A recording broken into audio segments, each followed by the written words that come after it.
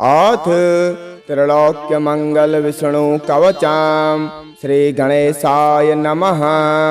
नारद उवाच भगवन् सर्वधर्मज्ञ कवचं यत् प्रकाशितं त्रैलोक्यमंगलम् नाम कृपया कथय प्रभो। सनत्कुमार उवाच शृणु वक्ष्यामि विप्रेन्द्र कवचं परमाद्भुतं नारायणेन कथितं कृपया ब्रह्मणे पुरा। ब्रह्मणा कथितं मह्यं परम स्नेहाद् वदामि ते अतिगुह्यतरं तत्त्वं ब्रह्ममन्त्रौघविग्रहं यद्धृत्वा पठनाद् ब्रह्मा सृष्टिं वितनुते ध्रुवं। यद्धृत्वा पाठनात् पाति महालक्ष्मीर्जगत्त्रयम् पठनाद् धारणाच् शम्भो संहरता सर्वमन्त्रवेत्। त्रैलोक्यजननी दुर्गा महिषादि महासुरान् वरद दृप्तान् जघानैव पठनाद् धारणाध्यतः। एवमिन्द्रादयः सर्वे सर्व ऐश्वर्यं वापनयुः। इदं कवचम् अत्यन्तगुप्तं कुत्रापि नो वदेत्। शिष्याय भक्तियुक्ताय साधकाय प्रकाशयेत्।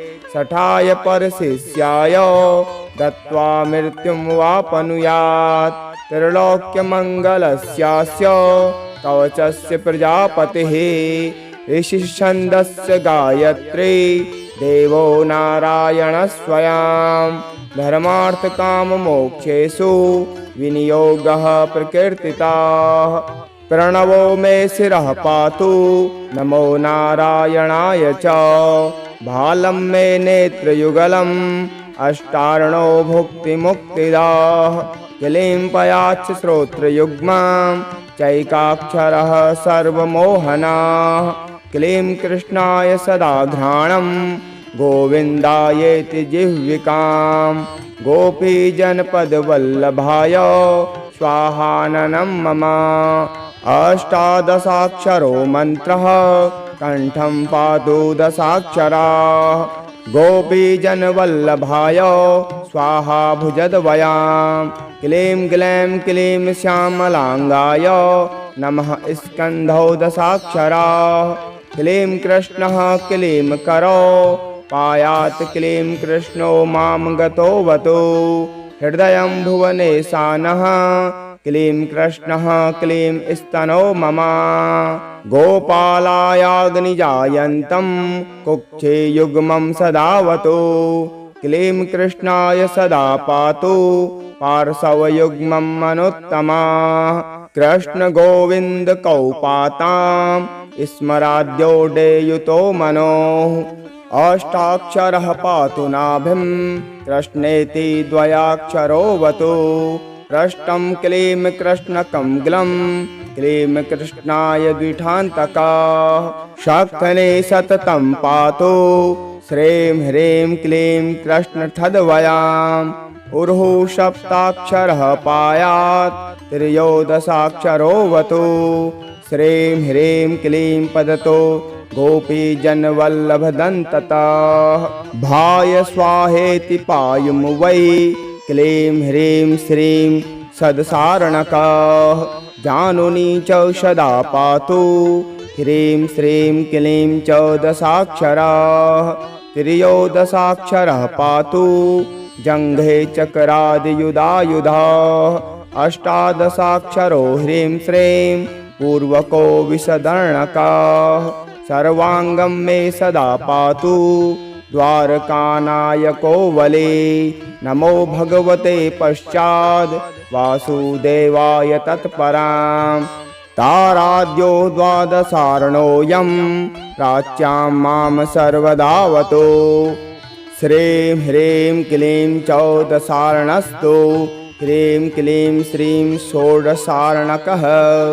गदाद्यायुधो विष्णुर्मामग्नेर्दिशि रक्षतु।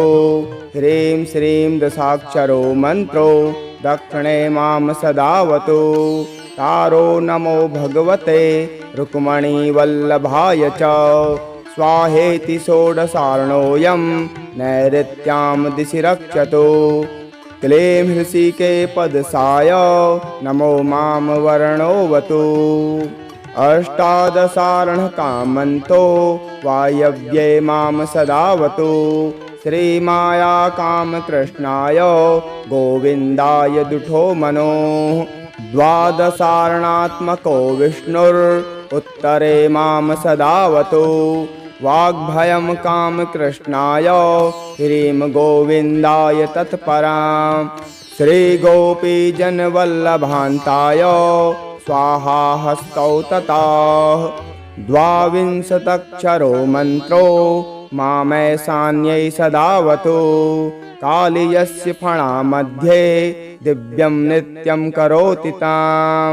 नमामि देवकी पुत्रं नृत्यराजानमच्युतां द्वात्रिंशदक्षरमन्त्रप्यधो मां सर्वदावतु कामदेवाय विद्महे पुष्पबाणाय धीमहि तन्नो नङ्गः प्रचोदयात् येषां मां पातु चोर्ध्वतः इति ते कथितं विप्र ब्रह्ममन्त्रौघविग्रहां त्रैलोक्यमङ्गलं नाम कवचं ब्रह्मरूपकां ब्रह्मणा कथितं पूर्वं नारायणामुखाच्युतां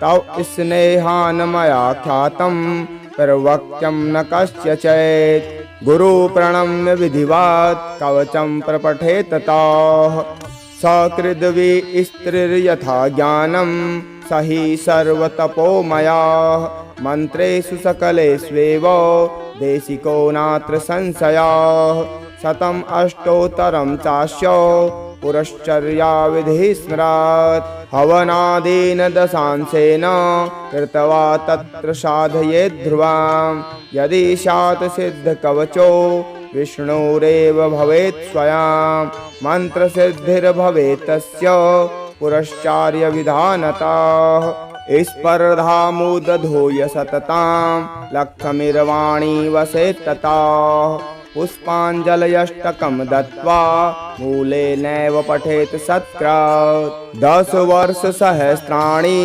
पूजायाः फलमापनुयात् भूर्जे विलिख्याङ्गुलिकां स्वर्णस्थां धारयेत् यदि कण्ठे वा दक्षिणे बाहो सोऽपि विष्णुर्नः संशयः अश्वमेधसहस्राणि वाजपेयशतानि च महादानानि यानि एव प्रादक्षिण्यं भुवस्तथा कलामनार्हन्ति तानि एव सकृदुच्चारणात् ततः कवचस्य प्रसादेन जीवनमुक्तो भवेन्नरः त्रैलोक्यं शोभयत्येव त्रैलोक्यविजयी भवेत् इदं कवचं मा ज्ञात्वा यज्ञेद्यः पुरुषोत्तमां सत्लक्षं प्रजप्तोऽपि न मन्त्रस्य तस्य सिद्धयते। नारद उवाच भगवन् सर्वधर्मज्ञ कवचं यत् प्रकाशितां त्रैलोक्यमङ्गलं नाम कृपया कथय प्रभो। सनत्कुमार उवाच शृणु वक्ष्यामि विप्रेन्द्र कवचं परमाद्भुतां नारायणेन कथितं कृपया ब्रह्मणे पुरा ब्रह्मणा कथितं मह्यं परम स्नेहाद् वदामि ते अतिगुह्यतरं तत्त्वं ब्रह्ममन्त्रौघविग्रहां यद्धृत्वा पठनाद् ब्रह्मा सृष्टिं वितनुते ध्रुवां यद्धृत्वा पाठनात् पाति महालक्ष्मीर्जगत्त्रयां पठनाद् धारणाच् शम्भो संहरता सर्वमन्त्रवेत् त्रैलोक्यजननी दुर्गा महिषादि महासुरान् वरददृप्तान् जघानैव पठनाद् धारणाध्यतः एवमिन्द्रादयः सर्वे सर्व ऐश्वर्यं वापनयुः इदं कवचम् अत्यन्तगुप्तं कुत्रापि नो वदेत् शिष्याय भक्तियुक्ताय साधकाय प्रकाशयेत् शठाय परशिष्याय दत्त्वा मृत्युं वापनुयात् त्रैलोक्यमङ्गलस्यास्य कवचस्य प्रजापतिः ऋषिछन्दस्य गायत्री देवो नारायणः स्वयं धर्मार्थकाममोक्षेषु विनियोगः प्रकीर्तितः प्रणवो मे शिरः पातु नमो नारायणाय च भालं मे नेत्रयुगलम् अष्टार्णो भुक्तिमुक्तिदाः किलिं पयाच्च श्रोत्रयुग्मं चैकाक्षरः सर्वमोहनाः क्लीं कृष्णाय सदा घ्राणं गोविन्दायेति जिह्विकां गोपीजनपदवल्लभाय स्वाहाननं मम अष्टादशाक्षरो मन्त्रः कण्ठं पातु दशाक्षराः गोपीजनवल्लभाय स्वाहा भुजद्वयां क्लीं ग्लैं क्लीं श्यामलाङ्गाय नमः स्कन्धौ दशाक्षराः क्लीं कृष्णः क्लीं करो पायात् क्लीं कृष्णो मां गतोऽवतु हृदयं भुवनेशानः क्लीं कृष्णः क्लीं स्तनो मम गोपालायाग्निजायन्तं कुक्षे युग्मं सदावतु क्लीं कृष्णाय सदा पातु पार्श्वयुग्मं मनुत्तमा कृष्ण गोविन्द कौपातां स्मराद्योडेयुतो मनोः अष्टाक्षरः पातु नाभिं कृष्णेति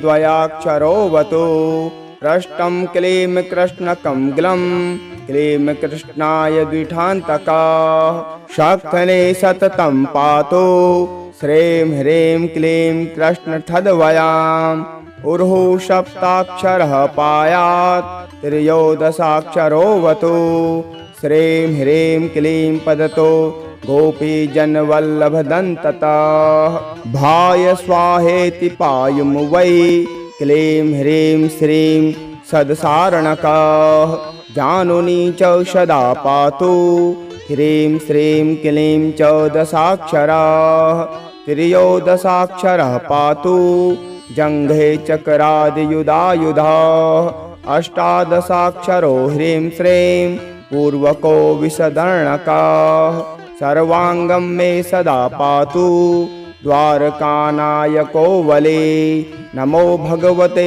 पश्चाद् वासुदेवाय तत्परां ताराद्यो द्वादशार्णोऽयं प्राच्यां मां सर्वदावतु श्रीं ह्रीं क्लीं चौदशार्णस्तु ह्रीं क्लीं श्रीं षोडशार्णकः गदाद्यायुधो विष्णुर्मामग्नेर्दिशि रक्षतु ह्रीं श्रीं दशाक्षरो मन्त्रो दक्षिणे मां सदावतु तारो नमो भगवते रुक्मणीवल्लभाय च स्वाहेति षोडशार्णोऽयं नैऋत्यां दिशि रक्षतु क्लीं हृषिके पदसाय नमो मां वर्णोऽवतु अष्टादशार्णकामन्तो वायव्ये मां सदावतु श्रीमाया कामकृष्णाय गोविन्दाय दुठो मनोः द्वादशार्णात्मको विष्णुरुत्तरे मां सदावतु वाग्भयं कामकृष्णाय ह्रीं गोविन्दाय तत्परां श्रीगोपीजनवल्लभान्ताय स्वाहा हस्तौ ततः द्वाविंशत्यक्षरो मन्त्रो मामैशान्यै सदावतु कालीयस्य फणा मध्ये दिव्यं नित्यं करोति तां नमामि देवकी पुत्रं नृत्यराजानमच्युतां द्वात्रिंशदक्षरमन्त्रप्यधो मां सर्वदावतु कामदेवाय विद्महे पुष्पबाणाय धीमहि तन्नो नङ्गः प्रचोदयात् येषां मां पातु चोर्ध्वतः इति ते कथितं विप्र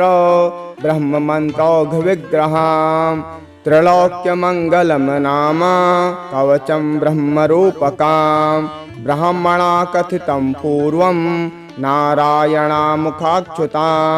तव स्नेहान् मया ख्यातं प्रवक्ष्यं न कस्यचित् गुरुप्रणम्य विधिवत् कवचं प्रपठेत ततः सकृद्विस्त्रिर्यथा ज्ञानं स हि सर्वतपोमया मन्त्रेषु सकलेष्वेव देशिको नात्र संशयः शतम् अष्टोत्तरं चास्य पुरश्चर्या विधि स्मरात् हवनादेन दशांशेन कृत्वा तत्र साधयेत् ध्रुवां यदि स्यात् सिद्धकवचो विष्णुरेव भवेत् स्वयं मन्त्रसिद्धिर्भवेत् तस्य पुरश्चार्यविधानतः स्पर्धामुदधूय सततां लक्ष्मीर्वाणी वसेत् ततः पुष्पाञ्जलयष्टकं दत्त्वा मूले नैव पठेत् सत्कृत् 10 वर्षसहस्राणि पूजायाः फलमापनुयात् भूर्जे विलिख्याङ्गुलिकां स्वर्णस्थां धारयेत् यदि कण्ठे वा दक्षिणे बाहो सोऽपि विष्णुर्नः संशयः अश्वमेधसहस्राणि वाजपेयशतानि च महादानानि यानि एव प्रादक्षिण्यं भुवस्तथा कलामनार्हन्ति तानि एव सकृदुच्चारणात् ततः कवचस्य प्रसादेन जीवनमुक्तो भवेन्नरः त्रैलोक्यं शोभयत्येव त्रैलोक्यविजयी भवेत् इदं कवचं मा ज्ञात्वा यज्ञेद्यः पुरुषोत्तमां सत्लक्ष्यं प्रजप्तोऽपि न मन्त्रस्तस्य सिद्धयते। नारद उवाच भगवन् सर्वधर्मज्ञ कवचं यत् प्रकाशितां त्रैलोक्यमङ्गलं नाम कृपया कथय प्रभो।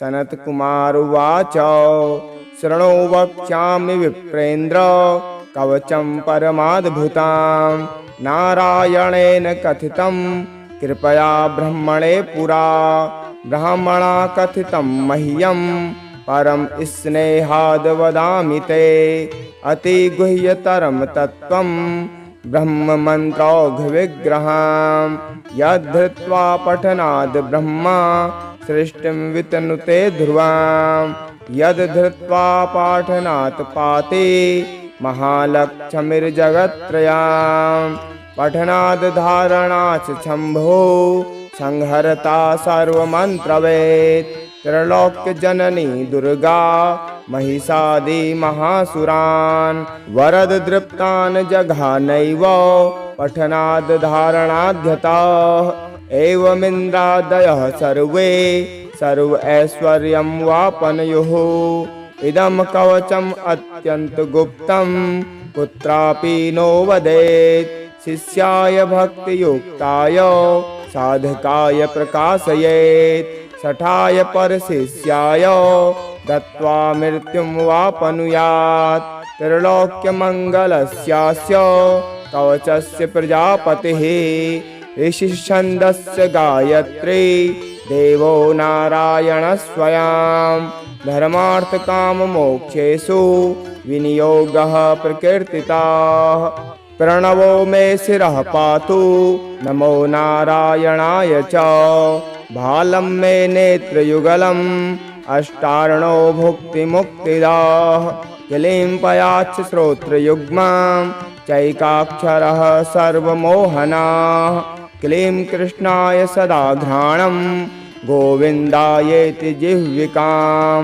गोपीजनपदवल्लभाय स्वाहाननं मम अष्टादशाक्षरो मन्त्रः कण्ठं पातु दशाक्षराः गोपीजनवल्लभाय स्वाहा भुजद्वयां क्लीं ग्लैं क्लीं श्यामलाङ्गाय नमः स्कन्धौ दशाक्षराः क्लीं कृष्णः क्लीं करो पायात् क्लीं कृष्णो मां गतोऽवतु हृदयं भुवनेशानः क्लीं कृष्णः क्लीं स्तनो मम गोपालायाग्निजायन्तं कुक्षे युग्मं सदावतु क्लीं कृष्णाय सदा पातु पार्श्वयुग्मं मनोत्तमाः कृष्ण गोविन्द कौपातां स्मराद्योडेयुतो मनोः अष्टाक्षरः पातु नाभिं कृष्णेति द्वयाक्षरोऽवतु पृष्ठं क्लीं कृष्णकं ग्लं क्लीं कृष्णाय द्विठान्तकाः शक्तने सततं पातु श्रीं ह्रीं क्लीं कृष्णठद्वयाम् उर्हु सप्ताक्षरः पायात् त्रयोदशाक्षरोऽवतु श्रीं ह्रीं क्लीं पदतो गोपीजनवल्लभदन्ततः भाय स्वाहेति पायुं वै क्लीं ह्रीं श्रीं सदसारणकः जानुनी च सदा पातु ह्रीं श्रीं क्लीं चौदशाक्षरः त्रयोदशाक्षरः पातु जङ्घे चक्रादियुधायुधः अष्टादशाक्षरो ह्रीं श्रीं पूर्वको विषदर्णकः सर्वाङ्गं मे सदा पातु द्वारकानायको वले नमो भगवते पश्चाद् वासुदेवाय तत्परां ताराद्यो द्वादशार्णोऽयं प्राच्यां मां सर्वदावतो श्रीं ह्रीं क्लीं चौदशार्णस्तु ह्रीं क्लीं श्रीं षोडशार्णकः गदाद्यायुधो विष्णुर्मामग्नेर्दिशि रक्षतु ह्रीं श्रीं दशाक्षरो मन्त्रो दक्षिणे मां सदावतु तारो नमो भगवते रुक्मणीवल्लभाय च स्वाहेति षोडशार्णोऽयं नैऋत्यां दिशि रक्षतु क्लीं हृषिके पदसाय नमो मां वर्णोऽवतु अष्टादशार्णकामन्तो वायव्ये मां सदावतु श्रीमाया कामकृष्णाय गोविन्दाय दुठो मनोः द्वादशार्णात्मको विष्णुरुत्तरे मां सदावतु वाग्भयं कामकृष्णाय ह्रीं गोविन्दाय तत्परां श्रीगोपीजनवल्लभान्ताय स्वाहा हस्तौ ततः द्वाविंशतक्षरो मन्त्रो मामैशान्यै सदावतु कालीयस्य फणा मध्ये दिव्यं नित्यं करोति तां नमामि देवकी पुत्रं नृत्यराजानमच्युतां द्वात्रिंशदक्षरमन्त्रप्यधो मां सर्वदावतु कामदेवाय विद्महे पुष्पबाणाय धीमहि तन्नो नङ्गः प्रचोदयात् येषां मां पातु चोर्ध्वतः इति ते कथितं विप्र ब्रह्ममन्त्रौघविग्रहां त्रैलोक्यमङ्गलं नाम कवचं ब्रह्मरूपकां ब्रह्मणा कथितं पूर्वं नारायणामुखाच्युतां तव स्नेहान् मया ख्यातं प्रवक्त्यं न कस्यचित् गुरुप्रणम्य विधिवत् कवचं प्रपठेत ततः सकृद्वि स्त्रिर्यथा ज्ञानं स हि सर्वतपोमयः मन्त्रेषु सकलेष्वेव देशिको नात्र संशयः शतम् अष्टोत्तरं चास्य पुरश्चर्याविधिः स्मरात् हवनादेन दशांशेन कृत्वा तत्र साधयेत् ध्रुवां यदि स्यात् सिद्धकवचो विष्णुरेव भवेत् स्वयं मन्त्रसिद्धिर्भवेत् तस्य पुरश्चार्यविधानतः स्पर्धामुदधूय सततां लक्ष्मीर्वाणी वसेत् ततः पुष्पाञ्जलयष्टकं दत्त्वा मूले नैव पठेत् सत्कृत् 10 वर्षसहस्राणि पूजायाः फलमापनुयात् भूर्जे विलिख्याङ्गुलिकां स्वर्णस्थां धारयेत् यदि कण्ठे वा दक्षिणे बाहो सोऽपि विष्णुर्नः संशयः अश्वमेधसहस्राणि वाजपेयशतानि च महादानानि यानि एव प्रादक्षिण्यं भुवस्तथा कलामनार्हन्ति तानि एव स सकृदुच्चारणात्ततः कवचस्य प्रसादेन जीवन्मुक्तो भवेन्नरः त्रैलोक्यं शोभयत्येव त्रैलोक्यविजयी भवेत् इदं कवचं ज्ञात्वा यज्ञेद्यः पुरुषोत्तमः सत्लक्ष्यं प्रजप्तोऽपि न मन्त्रस्तस्य सिद्धयते। नारद उवाच भगवन् सर्वधर्मज्ञ कवचं यत् प्रकाशितं त्रैलोक्यमङ्गलं नाम कृपया कथय प्रभो। सनत्कुमार उवाच शृणु वक्ष्यामि विप्रेन्द्र कवचं परमाद्भुतं नारायणेन कथितं कृपया ब्रह्मणे पुरा। ब्रह्मणा कथितं मह्यं परम स्नेहाद् वदामि ते अतिगुह्यतरं तत्त्वं ब्रह्ममन्त्रौघविग्रहं यद्धृत्वा पठनाद् ब्रह्मा सृष्टिं वितनुते ध्रुवं यद्धृत्वा पाठनात् पाति महालक्ष्मीर्जगत्त्रयं पठनाद् धारणाच् शम्भो संहरता सर्वमन्त्रवेत् त्रैलोक्यजननी दुर्गा महिषादि महासुरान् वरददृप्तान् जघानैव पठनाद् धारणाध्यतः एवमिन्द्रादयः सर्वे सर्व ऐश्वर्यं वापनयुः।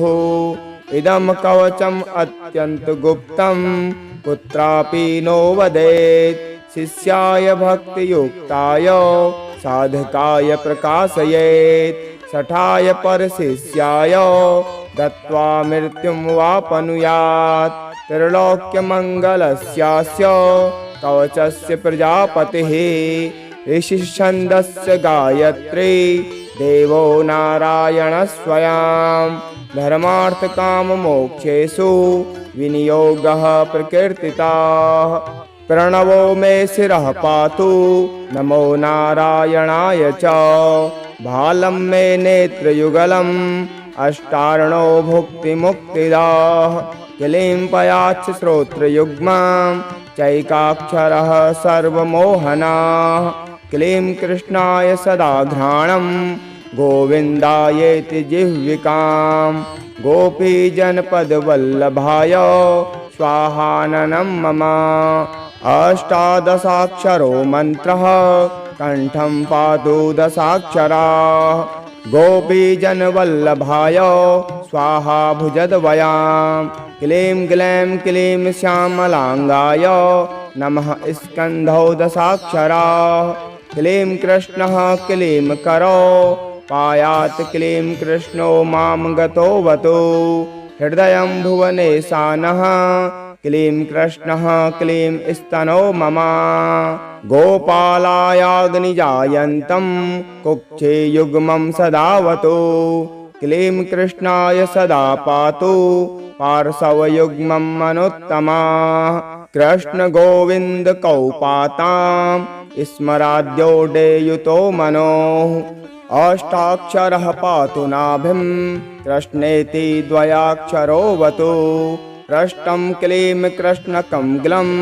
क्लीं कृष्णाय द्विठान्तकाः शक्तने सततं पातु श्रीं ह्रीं क्लीं कृष्णठद्वयाम् उर्हु सप्ताक्षरः पायात् त्रयोदशाक्षरोऽवतु श्रीं ह्रीं क्लीं पदतो गोपीजनवल्लभदन्ततः भाय स्वाहेति पायुं वै क्लीं ह्रीं श्रीं सदसारणकः जानुनी च सदा पातु ह्रीं श्रीं क्लीं च दशाक्षराः त्रयोदशाक्षरः पातु जङ्घे चक्रादियुधायुधाः अष्टादशाक्षरो ह्रीं श्रीं पूर्वको विषदर्णकाः सर्वाङ्गं मे सदा पातु द्वारकानायको वले नमो भगवते पश्चाद् वासुदेवाय तत्परां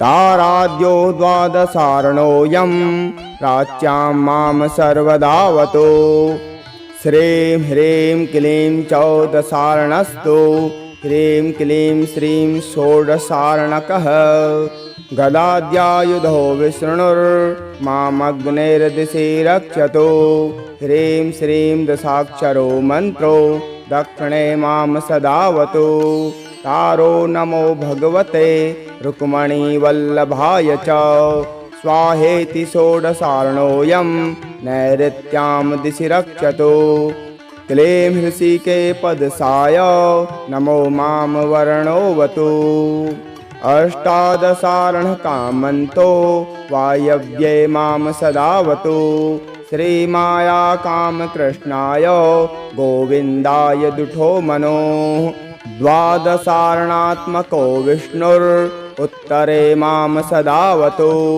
वाग्भयं कामकृष्णाय ह्रीं गोविन्दाय तत्परां श्रीगोपीजनवल्लभान्ताय स्वाहा हस्तौ ततः द्वाविंशत्यक्षरो मन्त्रो मामैशान्यै सदावतु कालीयस्य फणा मध्ये दिव्यं नित्यं करोति तां नमामि देवकी पुत्रं नृत्यराजानमच्युतां द्वात्रिंशदक्षरमन्त्रप्यधो मां सर्वदावतु कामदेवाय विद्महे पुष्पबाणाय धीमहि तन्नो नङ्गः प्रचोदयात् येषां मां पातु चोर्ध्वतः इति ते कथितं विप्र ब्रह्ममन्त्रौघविग्रहां त्रैलोक्यमङ्गलं नाम कवचं ब्रह्मरूपकां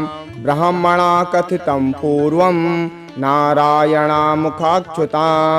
तव स्नेहान् मया ख्यातं प्रवक्तुं न कस्यचित् गुरुप्रणम्य विधिवत् कवचं प्रपठेत ततः सकृद्वि स्त्रिर्यथा ज्ञानं स हि सर्वतपोमयः मन्त्रेषु सकलेष्वेव देशिको नात्र संशयः शतम् अष्टोत्तरं चास्य पुरश्चर्याविधिः स्मरात् हवनादीन दशांशेन कृत्वा तत्र साधयेत् ध्रुवां यदि स्यात् सिद्धकवचो विष्णुरेव भवेत् स्वयं मन्त्रसिद्धिर्भवेत् तस्य पुरश्चार्यविधानतः स्पर्धामुदधूय सततां लक्ष्मीर्वाणी वसेत् ततः पुष्पाञ्जलयष्टकं दत्त्वा मूलेनैव पठेत् सत्कृत् 10 वर्षसहस्राणि पूजायाः फलमापनुयात् भूर्जे विलिख्याङ्गुलिकां स्वर्णस्थां धारयेत् यदि कण्ठे वा दक्षिणे बाहो सोऽपि विष्णुर्नः संशयः अश्वमेधसहस्राणि वाजपेयशतानि च महादानानि यानि एव प्रादक्षिण्यं भुवस्तथा कलामनार्हन्ति तानि एव सकृदुच्चारणात् ततः कवचस्य प्रसादेन जीवनमुक्तो भवेन्नरः त्रैलोक्यं शोभयत्येव त्रैलोक्यविजयी भवेत् इदं कवचं मा ज्ञात्वा यज्ञेद्यः पुरुषोत्तमां सत्लक्षं प्रजप्तोऽपि न मन्त्रस्तस्य सिद्धयते। नारद उवाच भगवन् सर्वधर्मज्ञ कवचं यत् प्रकाशितां त्रैलोक्यमङ्गलं नाम कृपया कथय प्रभो। सनत्कुमार उवाच शृणु वक्ष्यामि विप्रेन्द्र कवचं परमाद्भुतां नारायणेन कथितं कृपया ब्रह्मणे पुरा ब्रह्मणा कथितं मह्यं परं स्नेहाद् वदामि ते अतिगुह्यतरं तत्त्वं ब्रह्ममन्त्रौघविग्रहां यद्धृत्वा पठनाद् ब्रह्मा सृष्टिं वितनुते ध्रुवां यद्धृत्वा पाठनात् पाते महालक्ष्मीर्जगत्त्रयां पठनाद् धारणाच् शम्भो संहरता सर्वमन्त्रवेत् त्रैलोक्यजननी दुर्गा महिषादि महासुरान् वरददृप्तान् जघानैव पठनाद्धारणाध्यताः एवमिन्द्रादयः सर्वे सर्व ऐश्वर्यं वापनयुः इदं कवचम् अत्यन्तगुप्तं कुत्रापि नो वदेत् शिष्याय भक्तियुक्ताय साधकाय प्रकाशयेत् शठाय परशिष्याय दत्त्वा मृत्युं वापनुयात् त्रैलोक्यमङ्गलस्यास्य कवचस्य प्रजापतिः ऋषिछन्दस्य गायत्री देवो नारायणः स्वयं धर्मार्थकाममोक्षेषु विनियोगः प्रकीर्तितः प्रणवो मे शिरः पातु नमो नारायणाय च भालं मे नेत्रयुगलम् अष्टार्णो भुक्तिमुक्तिदाः क्लीं पयाच्च श्रोत्रयुग्मं चैकाक्षरः सर्वमोहनाः क्लीं कृष्णाय सदा घ्राणं गोविन्दायेति जिह्विकां गोपीजनपदवल्लभाय स्वाहाननं मम अष्टादशाक्षरो मन्त्रः कण्ठं पातु दशाक्षराः गोपीजनवल्लभाय स्वाहा भुजद्वयां क्लीं ग्लैं क्लीं श्यामलाङ्गाय नमः स्कन्धौ दशाक्षराः क्लीं कृष्णः क्लीं करो पायात् क्लीं कृष्णो मां गतोऽवतु हृदयं भुवनेशानः क्लीं कृष्णः क्लीं स्तनो मम गोपालायाग्निजायन्तं कुक्षे युग्मं सदावतु क्लीं कृष्णाय सदा पातु पार्श्वयुग्मं मनुत्तमा कृष्ण गोविन्द कौपातां स्मराद्योडेयुतो मनोः अष्टाक्षरः पातु नाभिं कृष्णेति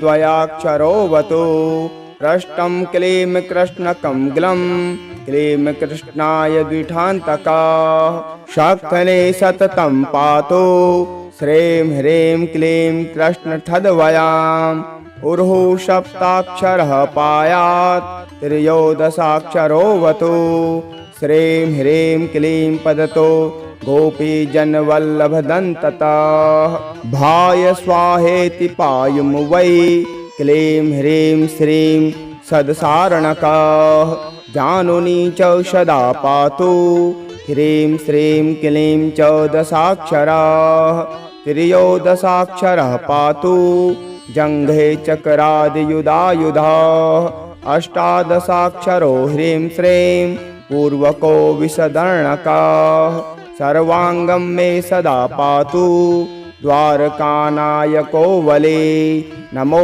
भगवते पश्चाद् वासुदेवाय तत्परां ताराद्यो द्वादशार्णोऽयं प्राच्यां मां सर्वदावतु श्रीं ह्रीं क्लीं चौदशार्णस्तु ह्रीं क्लीं श्रीं षोडशार्णकः गदाद्यायुधो विष्णुर्मामग्नेर्दिशि रक्षतु ह्रीं श्रीं दशाक्षरो मन्त्रो दक्षिणे मां सदावतु तारो नमो भगवते रुक्मणीवल्लभाय च स्वाहेति षोडशार्णोऽयं नैऋत्यां दिशि रक्षतु क्लीं हृषिके पदसाय नमो मां वर्णोऽवतु अष्टादशार्णकामन्तो वायव्ये मां सदावतु श्रीमायाकामकृष्णाय गोविन्दाय दुठो मनोः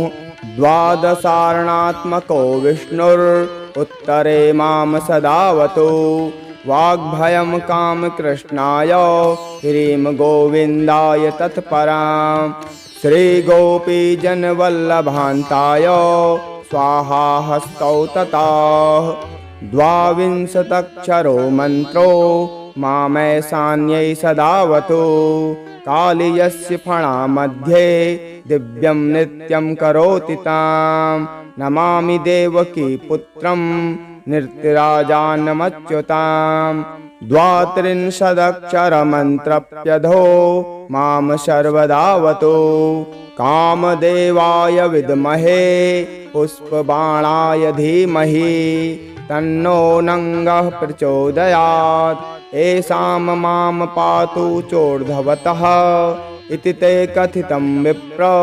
ब्रह्ममन्त्रौघविग्रहाम्। त्रैलोक्यमङ्गलं नाम कवचं ब्रह्मरूपकाम्।